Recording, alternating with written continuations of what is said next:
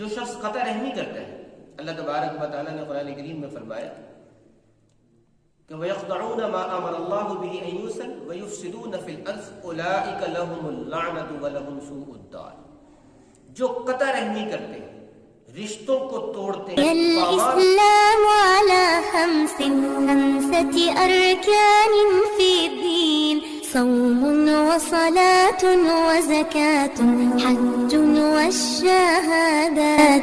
بسم اللہ الرحمن الرحیم۔ السلام علیکم مفتی صاحب، آج کا پہلا سوال یہ ہے کہ صلہ رحمی کے حقدار کون کون سے رشتہ دار ہیں؟ بسم اللہ الرحمن الرحیم۔ صلہ رحمی کے حقدار یوں تو سارے ہی رشتہ دار ہیں، البتہ درجات میں فرق ہے۔ اس میں اولاد بھی آتی ہے اور اس میں والدین بھی ہیں، بلکہ قریب اور دور کے جتنے بھی رشتہ دار ہیں وہ سب اس میں ہیں۔ البتہ جو زیادہ قریب کے رشتہ دار ہیں وہ مقدم ہے ان رشتہ داروں کی بنسبت جن سے رشتہ داری ذرا دور کی ہے، لیکن بہرحال جن سے بھی رشتہ داری ہے درجہ بدرجہ وہ سب صلہ رحمی کے حقدار ہیں کہ ان کے ساتھ برتاؤ اور سلوک اچھا کیا جائے۔ قرآن و سنت میں اس کا حکم دیا گیا ہے، چنانچہ ارشاد ہے کہ والذین یصلون ما امر اللہ بہ ان یوصل، کہ وہ لوگ جو اس چیز کو ملاتے ہیں جس کو ملانے کا اللہ تبارک و تعالیٰ نے حکم دیا ہے، یعنی رشتہ داری کو ملانے کا اللہ تبارک و تعالیٰ نے حکم دیا ہے، تو جو لوگ یہ کام کرتے ہیں اور اللہ تبارک و تعالیٰ سے ڈرتے رہتے ہیں تو ان کے لیے فرمایا کہ ہمیشہ کے باغات ہیں جن میں وہ داخل ہوں گے، اور ان کی برکت سے ان کے آباء و اجداد اور ان کی اولاد میں سے بھی جن میں ایمان ہوگا ان کو بھی اللہ تبارک و تعالیٰ جنت میں داخلہ فرمائیں گے۔ کس کی برکت سے؟ صلہ رحمی کی برکت سے۔ اس لیے جتنے بھی رشتہ دار ہیں ان سب کے ساتھ حسن سلوک سے پیش آیا جائے، یہ قرآن و سنت کا ایک واضح حکم ہے۔ مفتی صاحب، میرا دوسرا سوال یہ ہے کہ صلہ رحمی کے تقاضے کون کون سے ہیں؟ جی، صلہ رحمی کے تقاضے کیا کیا ہیں؟ صلہ رحمی کا مطلب ہمیں پہلے سمجھنا چاہیے کہ رشتوں کو جوڑ کے رکھنا، صلہ رحمی کا یہ مفہوم آپ کہہ سکتے ہیں۔ تو لہٰذا جتنے بھی مروت کے تقاضے ہیں، انسانی شرافت کے جتنے بھی تقاضے ہیں، وہ سارے ہمیں ادا کرنے چاہیے رشتہ داروں کے سلسلے میں، اس سے ہمارے رشتے جڑے رہیں گے۔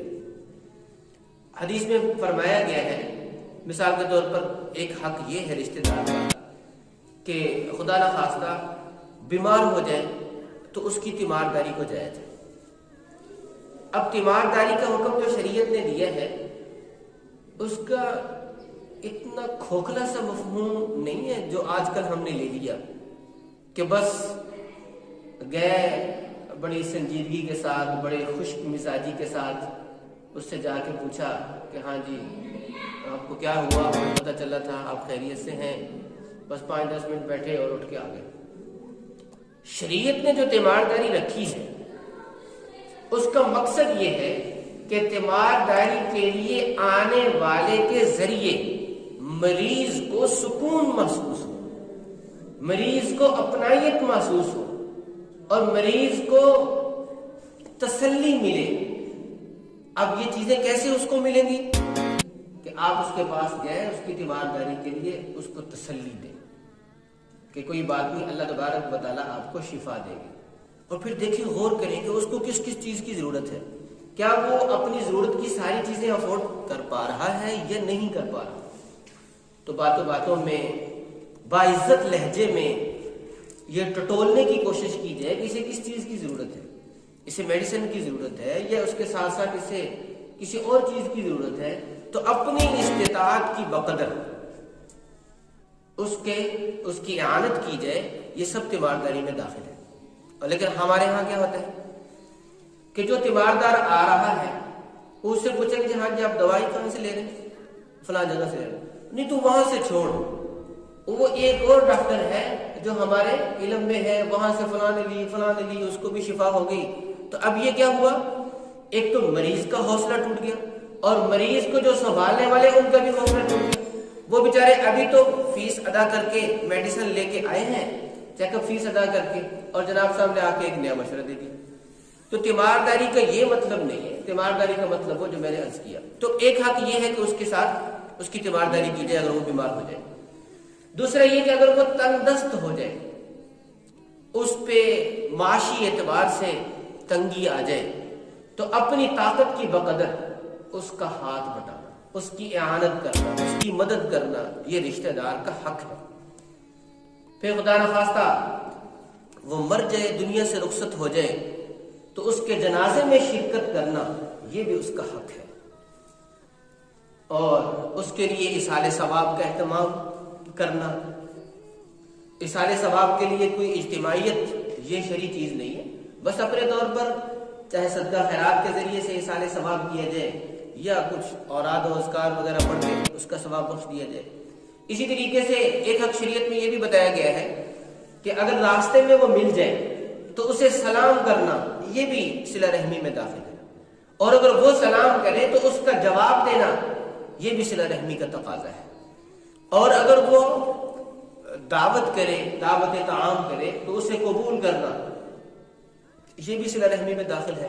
تو یوں تو اگر گنوائے جائیں گے تو بہت سے ہو جائیں گے۔ تو جیسے میں نے شروع میں عرض کیا کہ انسانی شرافت و مروت کے جتنے تقاضے ہیں وہ سب ادا کیے جائیں تاکہ رشتہ نہ صرف یہ کہ جڑا رہے بلکہ پہلے سے مضبوط ہوتا رہے۔ یہ سب صلہ رحمی کے تقاضے ہیں۔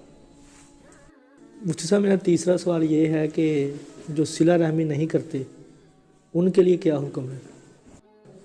جو لوگ صلہ رحمی نہیں کرتے انہیں چاہیے کہ وہ اپنے رویے پہ نظر ثانی کریں اور سوچیں کہ ہم مسلمان ہیں، قرآن و سنت نے ہمیں صلہ رحمی کا حکم دیا ہے، قطع رحمی سے بچنے کی تلقین کی ہے۔ جو شخص قطع رحمی کرتا ہے، اللہ تبارک و تعالیٰ نے قرآن کریم میں فرمایا کہ وَيَقْطَعُونَ مَا أَمَرَ اللَّهُ بِهِ أَن يُوصَلَ وَيُفْسِدُونَ فِي الْأَرْضِ أُولَٰئِكَ لَهُمُ اللَّعْنَةُ وَلَهُمْ سُوءُ الدَّارِ۔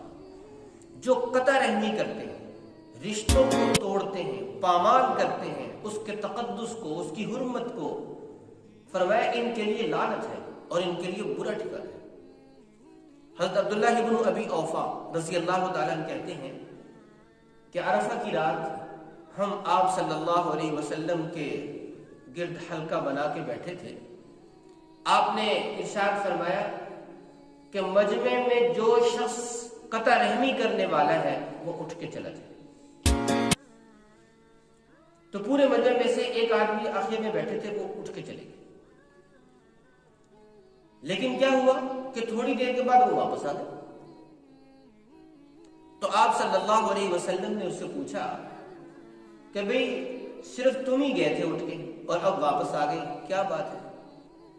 تو اس نے عرض کیا کہ حضرت میں اپنی خالہ کے پاس گیا تھا، اس نے میرے ساتھ تعلق ختم کر کیا ہوا تھا، میں نے اسے جا کے آپ کا مبارک ارشاد سنایا کہ ہم اس طریقے سے بیٹھے تھے، آپ نے فرمایا کہ جو قطع رحمی کرنے والا ہے وہ یہاں سے اٹھ جائے۔ تو اس نے میرے لیے دعائے مغفرت کی، میں نے اس کے لیے دعائے مغفرت کی، اور ہم دونوں نے آپس میں صلح کر لی۔ پھر میں آپ کی خدمت میں آ گیا، آپ نے فرمایا کہ تو نے بہت اچھا کیا کہ تو نے اس سے صلح کر لی۔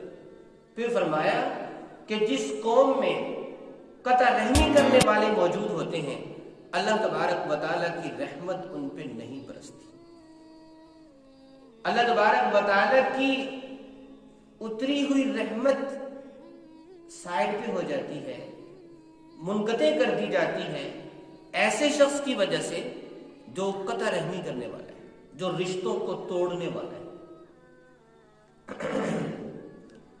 تو اس لیے اس سے ہمیں یہ بات معلوم ہوئی کہ یہ اتنا سخت گناہ ہے قطع رحمی کرنا کہ اگر وہ آدمی کہیں بیٹھا ہے تو اس کی وجہ سے دوسرے لوگ بھی رحمت الہیہ سے محروم ہو جائیں گے۔ اب قطع رحمی کس لیے ہو رہی ہے؟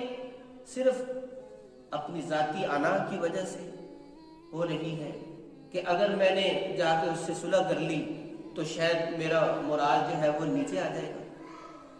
تو اس طرح کی چھوٹی چھوٹی سوچ آج مسلم معاشرے میں پنپ رہی ہے، جس کی وجہ سے قطع رحمی عام ہو رہی ہے، جبکہ ایک مسلمان کی سوچ تو بہت وسیع ہونی چاہیے۔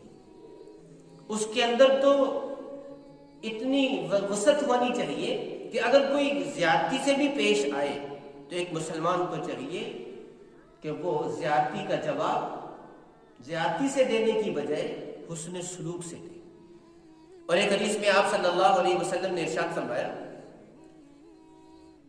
کہ صلہ رحمی سے بڑھ کر کوئی ایسی نیکی نہیں ہے جس کا ثواب اللہ تبارک و تعالیٰ بہت جلد ادا کر دیتے ہیں، اور قطع رحمی سے بڑھ کر کوئی گناہ ایسا نہیں ہے جس کی سزا اللہ تبارک و تعالیٰ جلد دے دیتے ہیں، دنیا میں بھی دیتے ہیں اور آخرت میں جو وہ تو اس سے الگ ہے۔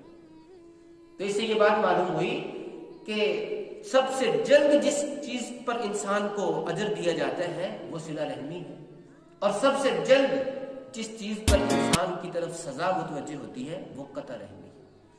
تو صلہ رحمی جو لوگ نہیں کرتے انہیں رویے پہ نظر ثانی کرتے ہوئے توبہ کرنی چاہیے، جیسے کہ وہ صاحب آپ فوراً اٹھ کے چلے گئے اور جا کے صلح کر کے واپس آ گئے، تو اس سے کیا ہوگا؟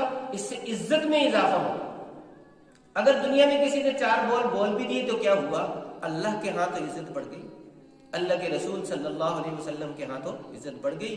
اللہ تبارک و تعالی ہم سب کو رشتوں ناتوں کی پاسداری نصیب فرمائے۔